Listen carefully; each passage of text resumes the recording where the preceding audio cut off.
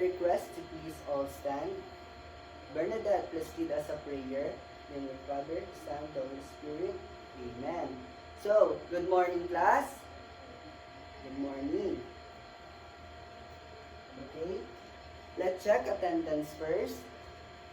Present. Who is absent today? Very good. No one's absent. Before to proceed to our new lesson, let's read the classroom rules. Number 1, respect the others. Number 2, no pushing. 3, waiting for your turn. And last 1, play fair.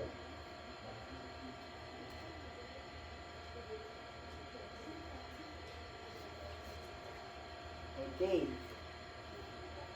Now, meron akong pakitang picture of team in sports like volleyball and after carrying game.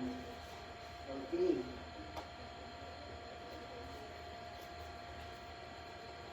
Nakikita nyo ba? Okay. Mr. Mag-Usara, what did you notice about the player? Okay, very good. Okay, Mr. Quelio, what did you notice about the player? Okay, very good. Miss Catanus, how did you show teamwork? Okay, very good. Mr. Rishana, how did you show a teamwork? Okay, very good. Now, let's proceed to our activity.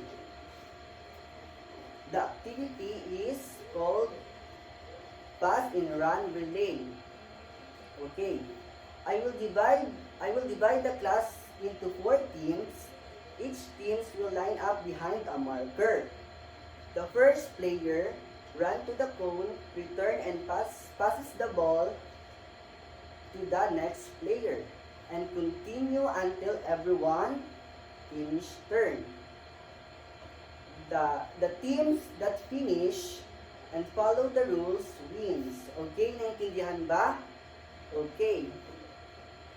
Now, let's count 1 to 4. Okay. Group 1, Group 2, Group 3, and Group 4.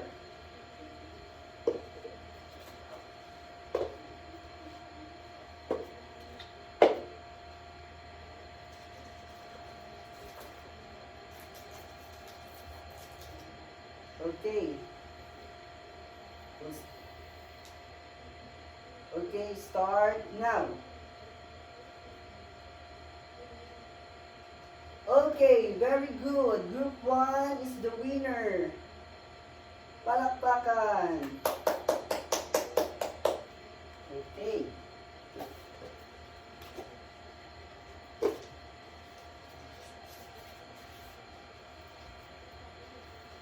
Okay, now, meron akong mga katanungan sa inyo. Mr. Roshana, what did you feel while playing? Yes, very good. Mr. Reyes, what it easy to win without teamwork? Yes, very good. Okay. Mr. Quelio, how did you show sportsmanship even if you did win? Okay, very good. Naintindihan ba? Okay, very good.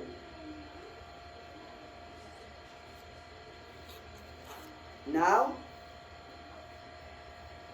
I will read the objective.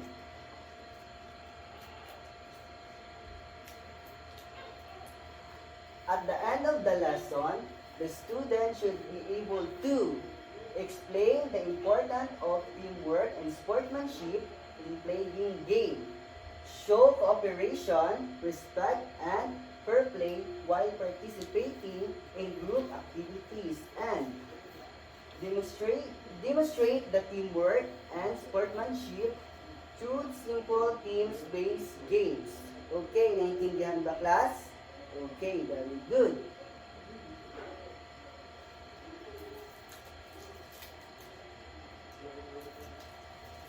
Now,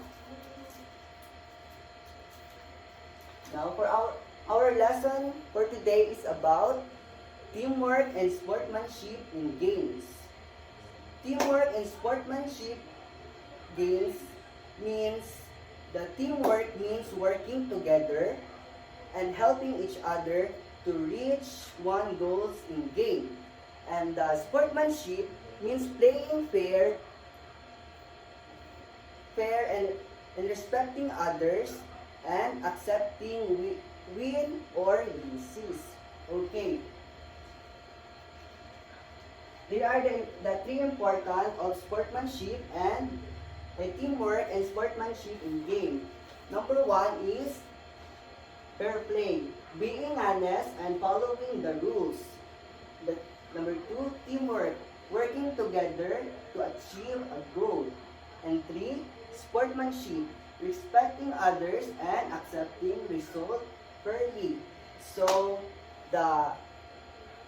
itong tatlo na ito, it's very important. The fair play, sportsmanship, and teamwork are important because they teach respect and honesty and cooperation. Okay, naintindihan ba? Okay, very good. Now, for our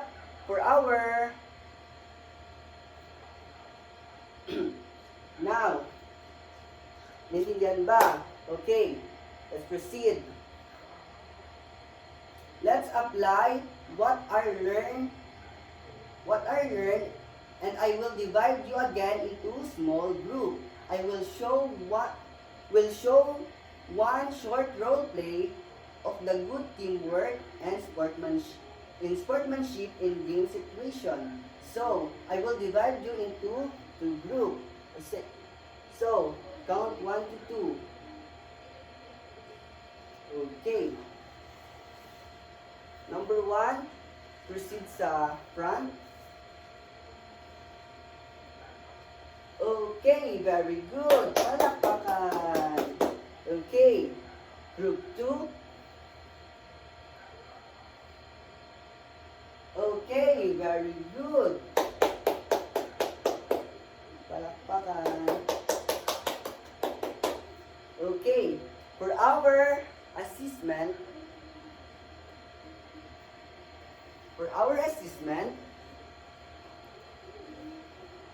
read the answer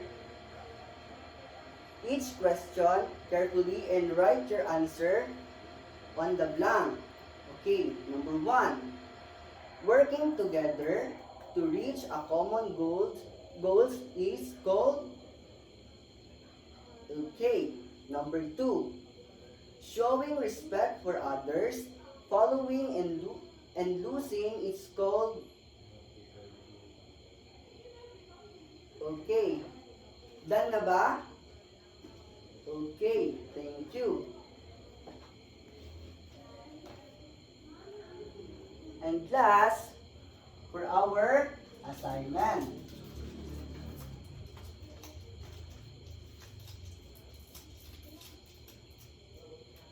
For our assignment, write about one experience when you show teamwork or sportsmanship, either in game, a class activity, or even at home. We'll share your story next meeting. Naintindihan ba? Okay, very good. May mga katanungan pa? Okay. Let's stand up.